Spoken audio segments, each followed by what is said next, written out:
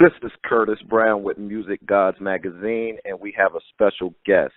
He is the founder of Producers Beat Auction. He has also produced for artists such as Ghostface Killer of Wu-Tang Clan, as well as Tupac.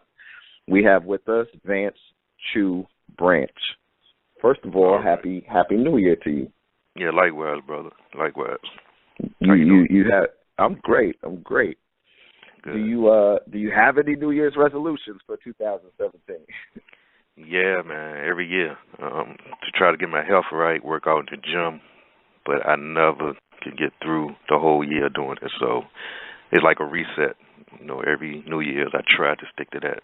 Work on my diet and work out in the gym, And also, try to get some things accomplished in the music industry. Of course, some goals. Some stuff I've been working on. So it's always every New Year's a reset. I hear you. Likewise with me. That top of the year is always that time to hit that gym again, and right. Yeah. Be motivated. Yeah. I have to ask you this, man. Your name, Vance Choo Branch. Like, where did that come from? How'd you get that name? Oh yeah, man, it's crazy. Well, Vance Branch is really my government, so okay. Yeah, it's Vance Branch. Now, Choo is my nickname. My mother, just like real names. So wow. Yeah, so wow. Choo, what I did is I just put a little spin on it. It's Choo the Specialist is the name that I go by as far as my credits, my credentials, my stage name, if you want to call it. Right. But on Facebook, when I first set that up, I said, okay, Vance Choo Branch. So a lot of people just call me Choo or Choo the Specialist, So, but those are real names. It comes from my mother. So, I always tell people, man, I think my mom was drinking Coke 45, smoking some hash, playing Luther. They said, we're gonna name that little nigga Choo, Right. But to be honest, man, like really, my name it kind of helped me get jobs over the years, man. Like Vance Branch, kind of like people off the top. It stands out. Yeah. Like a you remember it or something. You're an artist, like movie producer or something. Wow. Where are you from, man? I'm originally from Virginia. About the way of New York as well.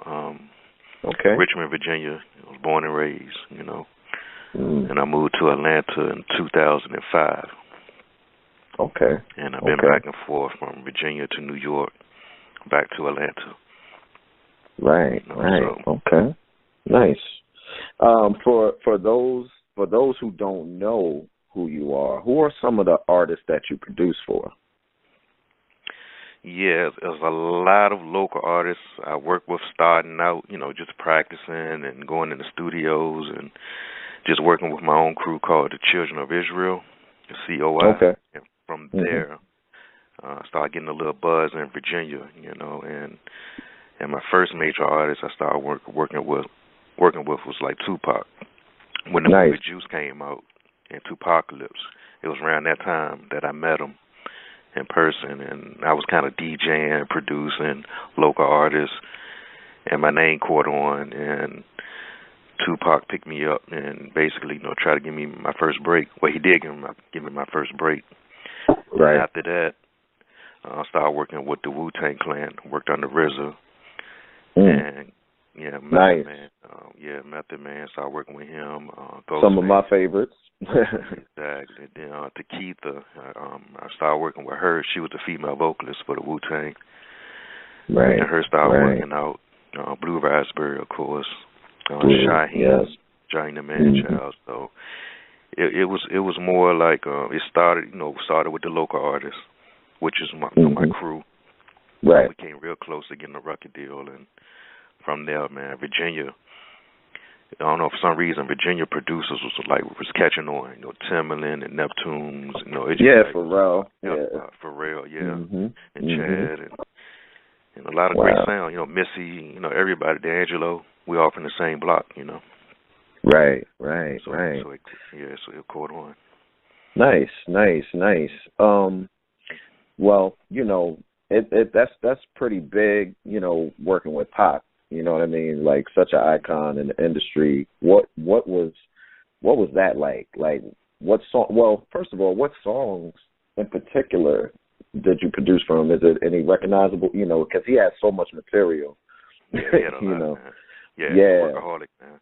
Well, Pop, it was crazy because when I met him, it was like I told my dad, I said, "Hey, Dad, I met this artist named Tupac. He could be big one day. You know, he got a movie out and an album, and he bought me my first sampling keyboard."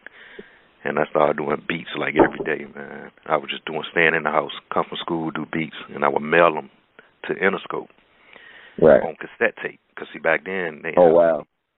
Right. So everything was, and I had the price of what I charged per track written on the cassette tape. It was $1,000 per beat, like real dirt cheap.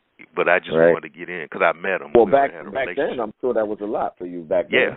Yeah, exactly. You was going to school, right? Yeah, before CD disc, $1,000, like $100,000 for me. So that's how it kind of all started, man. I was just sending beats to him, you know, to Interscope. And one day I got the call and said he wanted 2 tracks.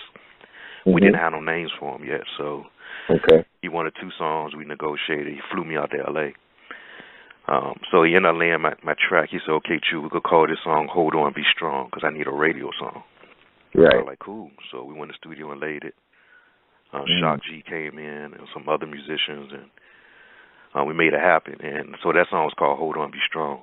Nice. Now, there is another track out there that we never finished. We didn't come up with a name for it, or he didn't have a name for it, so there's a good chance it still may come out because Tupac did a lot of songs. Oh my goodness, yeah. He has a lot of albums in the vault and just unreleased material. Yeah, absolutely. So, still, you know.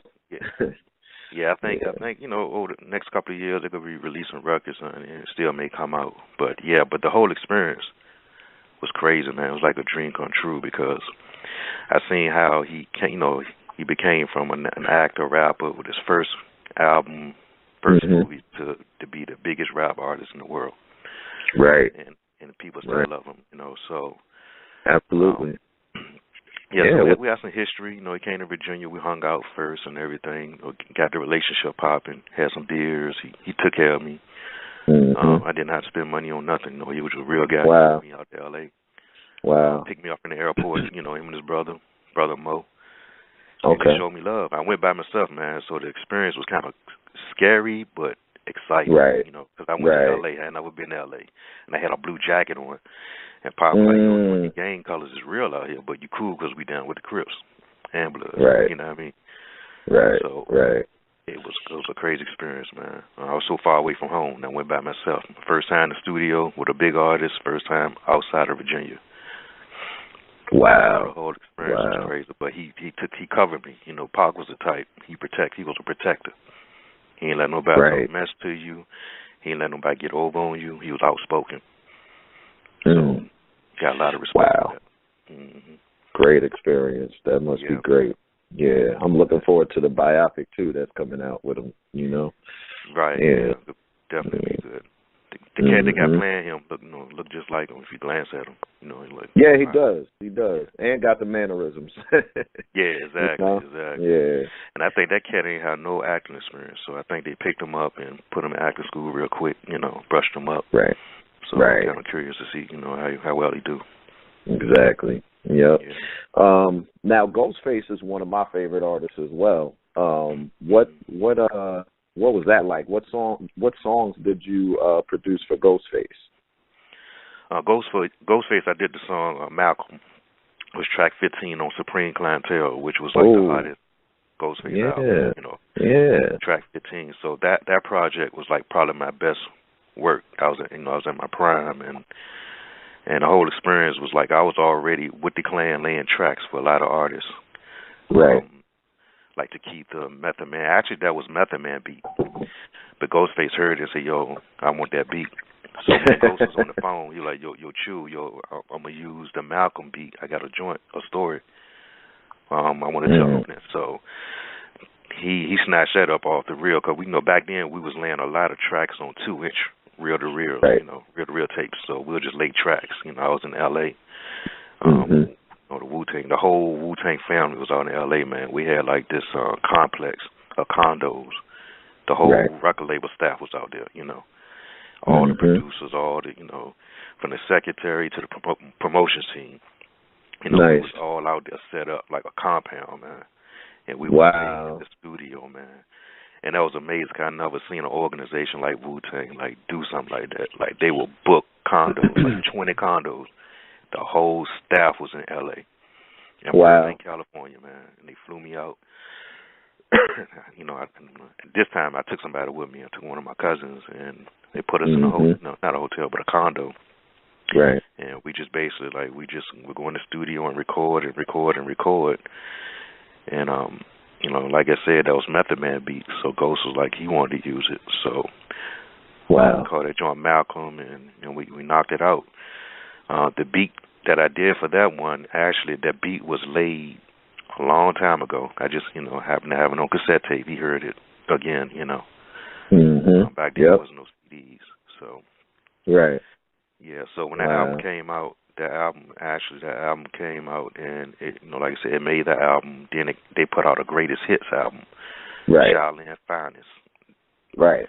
That was on that album as well. It was on the album as well. Exactly. Okay. Wow. Exactly. Okay. So that's some nice. That was some nice kickback for you, I'm sure. yeah, definitely, man. Like it was, you know, it was a dream come true, man. You know, and my goal was at that time was just try to get a single. You know, I need a hit single, man. I need my record out on radio because I already had the Pac joint on the album. This was an album song too, but you know, when you're dealing with the industry, you're dealing with politics. Right. You know, they want to break you as a producer first. You know, so I was like, man, I need that single. I need y'all to break me. You know what I mean? But you know, you got competition, you got RZA, you got all, you know, these heavyweights. You know, so my song was just on the album, so it didn't ever make it as a single. Right. But it was fun being a part of a project, you know, such as that, because he flew a lot of new producers in. Supreme Clientele was an album basically of like kind of new producers. Right. I think RZA only did like one beat on it, but he executive produced the whole album. It's that is actually my favorite Ghostface album. So I'm really familiar with the track too. So yeah, respect to you, man. Like that's a powerful track. I like it a lot. You know, I still play it to this day. The album. So yeah, definitely. And you know what's so crazy about it, because I talked to the new cats now that produce that they don't sample, you know, as much. Like we used to sample. See, back then, I had to do business dealings with whoever you sample. You got to do deals with them, you know. Like the Tupac record, I sample Anita Baker. She didn't clear the sample because she didn't like Pac. Oh, wow. Because her and Dionne Warwick, they didn't like Tupac back in the days. Wow. Them two artists right there, you cannot sample anything in a record. They would not clear it. And Sade was hard to clear, too. But anyway, I had to take Anita Baker off the record, you know. But Earth, Wind & Fire, they were so cool, man. Like, I still got my paperwork with Philip Bailey, Maurice White, and showing percentages of monies I had to give them, you know what I mean, out of my, you know, because I sampled it. So on the back end, they cleared the sample, and because they love Pac, you know. Ghostface, back to that record, I sampled Malcolm X. Okay. Right at the beginning, you might hear it when the record come on. I'm familiar. As a Hayes record. They cleared it with no problem. You know what I mean? The clearance was good. You know what I mean? So the difference between now and like doing a record today from back then, man, it was like a little easier to clear samples back then, as long as we get some money, get some percentages. But now it's hard, man. Yeah, so it's real hard to clear. You know. I hear you. Who? Let me ask you this. Who is your favorite producer in the industry? My favorite. Well, I gotta rock with Timbaland. And that's Virginia connection. Yeah, I gotta go with Timbaland. VA. His beats sick, man. His beats, the way he do them is crazy. So I always admire Timbaland, and you know, RZA, of course, my mentor. I gotta rock with RZA because the way RZA put, you know, the sounds together and experimentation of the beats, man. You know, that's hip hop for me. So RZA no doubt. Timbaland is like my two favorite. And when you start getting into the Quincy Jones and Teddy, of course, them guys. Oh yeah, icons. Yeah. Yeah, you Right, get to the right. top dogs. Yeah, David Foster, all them guys, the big dogs. Mhm.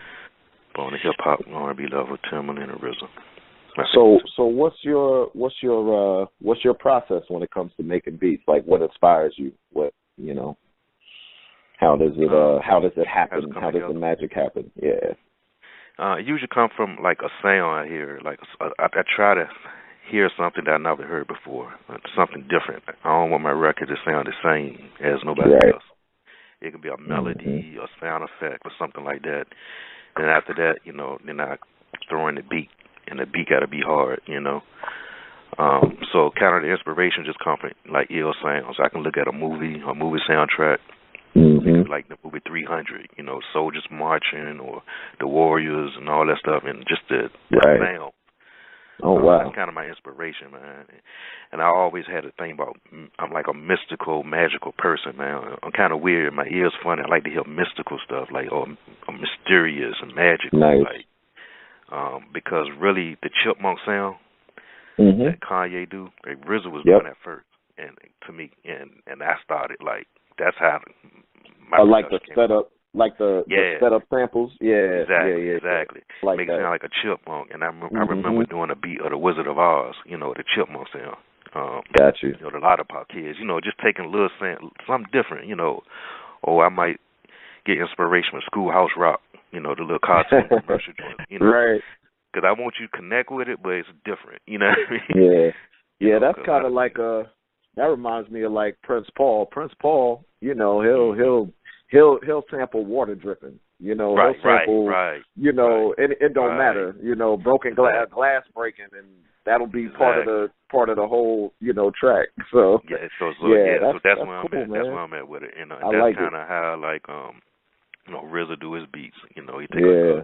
door slam, Right. that be the kick Right. drum, Timbaland do the Mhm. baby sounds or Godzilla voice. You know what I mean? Right. Right. Right. Right. Yeah. Man, So let me ask you this. What artists would you like to work with? You work with like the biggest to me, you work with like the biggest artists in hip hop anyway.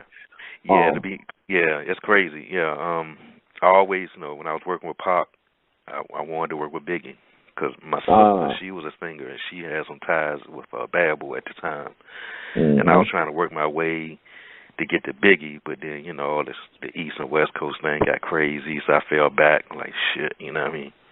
Like Mhm. damn, the industry Yeah. getting scary. You know what I mean? So, Yep. but Biggie, I always want to work with Biggie. I always Mhm. want to work with Busta Rhymes. Ah, okay. Yeah, That's good to know. Mhm. yeah, them two, and Jay-Z. To this day, And I Jay-Z. said I got to Mm. get the Jigga and Beyonce. Don't like mine. Okay. You know. Okay. As far as new school, I wouldn't mind working with Drake. Drake is Mhm. cool, but he would just have to be. It won't be like none of the stuff that you're hearing that he's doing now. You know, Right. it won't Right. be like no down south stuff. Or it'll be if he can come on a straight hardcore East Coast, Okay. RZA type Wu Tang, Choo the Specialist beat. I love to work with him. Mhm. Nice. That would, Nice. mm-hmm. Let me ask you, what do you think of today's artists?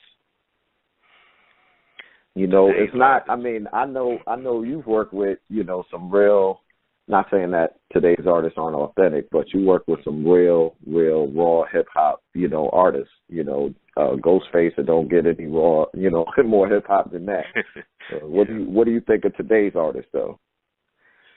Like Little Today, Yachty, yeah. 21 Savage, Yeah, yeah.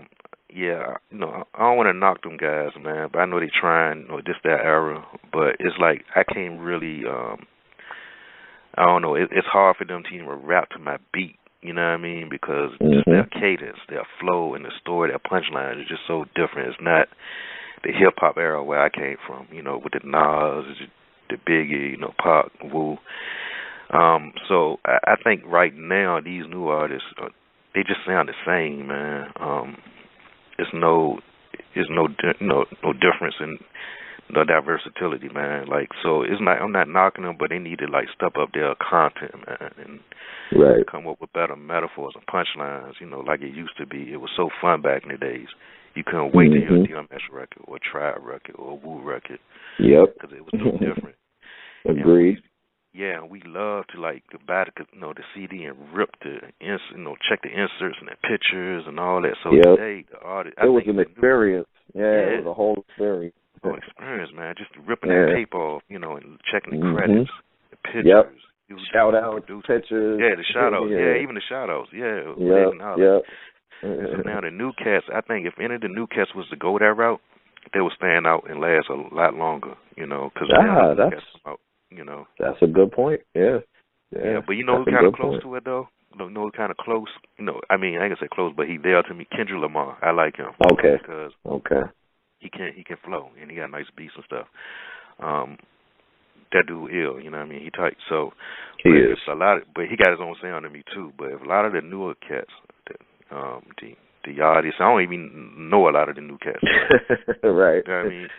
Yeah. And that's the difference because they don't stand out to me. It all sound the same, especially the beats are the same. Right. So, right. But I just think, they make some good dance music as far as the clubs. That's what the younger generation like. They want to get turned up and all that. Good for them. Right. It's not that hip hop that I grew up on. It's conscious. We need some more self-conscious music again. Most definitely. Yeah. There's only a handful out right now. If that, you got a few. Yeah, but I think it's slowly getting back to that though. Slowly. Yeah, it has to. Right. It has to change. Right. It has to. Everything goes in cycles. So Yeah, that's a tip line too. Everything goes in cycles. Yeah, exactly. It revolves. Yeah. So a lot of it got to do with the DJs too. Corporate how they really control the system because it's kind of up to them guys what they play and what they don't play. Well, I'm looking at the sign of the times. Like the president we have in office, I'm pretty sure we're going to have a lot of conscious music coming out. Cause oh yeah, a lot of people are angry. Yeah, right.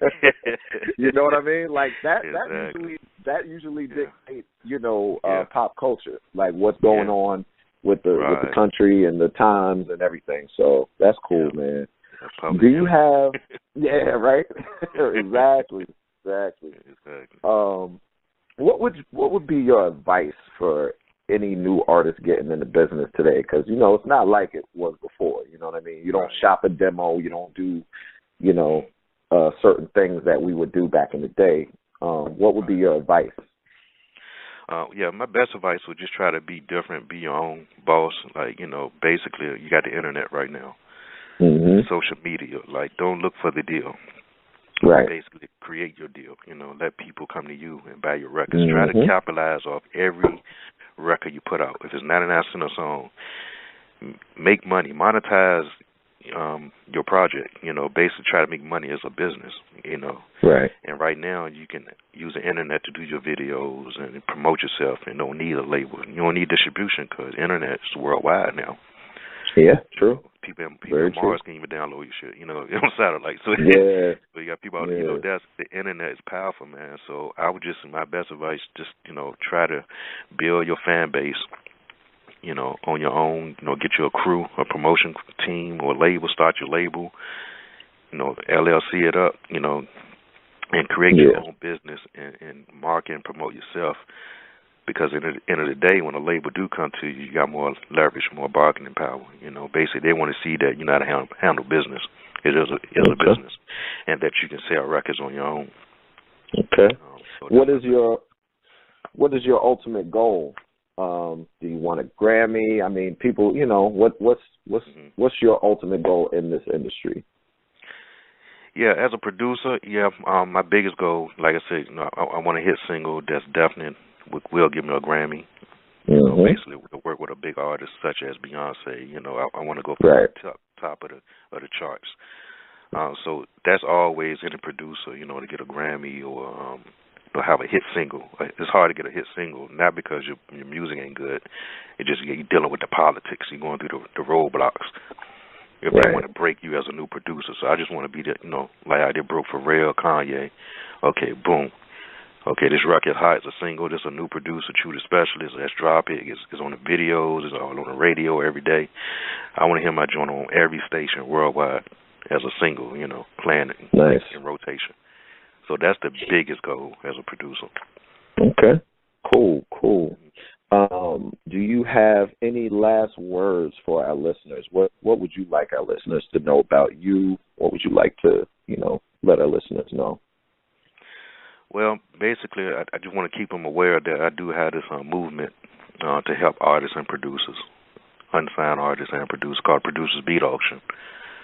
That's something that I've been working on for the last 4 years. Basically, artists can meet producers right on the fly. Auction beats. They can buy the beats right on the spot. And also, I have great connections at the venue where people can meet record label executives, ask questions, pitch their demo. Basically, but just a good experience, a great experience. I just want people to know that I will be coming to your town real soon with that movement. It's called a Producers Beat Auction, where producers sell tracks live on the spot. Where can they find it? Well, right now we do have an online presence, a social media presence. The Producer Beat Auction website is being worked on. It's under construction, but it's on producerbeatauction.com. Or if you go to Facebook, you can just find it up there, Producer Beat Auction. But we're here in Atlanta, Georgia, and the plan is to hit the road and want to hit like 10 big cities and states. So actually, we're in the talks right now about doing a little tour. Nice. Maybe through one of the music schools. I don't want to say the name yet because actually I got a meeting today. Okay. Today about that, as far as bringing it to different campuses. Okay. Nice. Very good. Where can they find you? Give them your social media information so they can hit you up. Well, Facebook is where I'm at all the time promoting, but it's as Vance Choo Branch. If you go to Facebook, or if you just Google Choo the Specialist, it'll link you to my LinkedIn's, my Twitters, Instagrams, and all that. So it's Choo the Specialist, or Facebook, Vance Choo Branch. Nice. You can always find me online. Very accessible. Cool. Man, we appreciate you stopping by Music Gawds Magazine, man, and you have a lot going on, and much success to you, especially this coming year, this year we're in 2017. Right. Well, thank you, brother. And one more thing that I didn't touch on, as far as if anyone needs CD mastering, I do mastering as well. I did the Trillville album, Maya, Shaheem, RZA. I CD master it too. So if people need audio mastering, CD mastering, I'm that dude. I've been doing it since 2008, do it on the side. But I got a great sound for all you indie artists that need a great quality sound at an affordable price. Choo CD mastering. You can Google that or Facebook. It's linked to my Facebook as well. Fantastic. I'll hook you up. Fantastic. Appreciate you, man. Yeah, definitely. This Choo the Specialist. I want to give respect and one love to Music Gawds Magazine, the #1 magazine coming at you. Check for them. Good people, good folks, great article content. Check them out.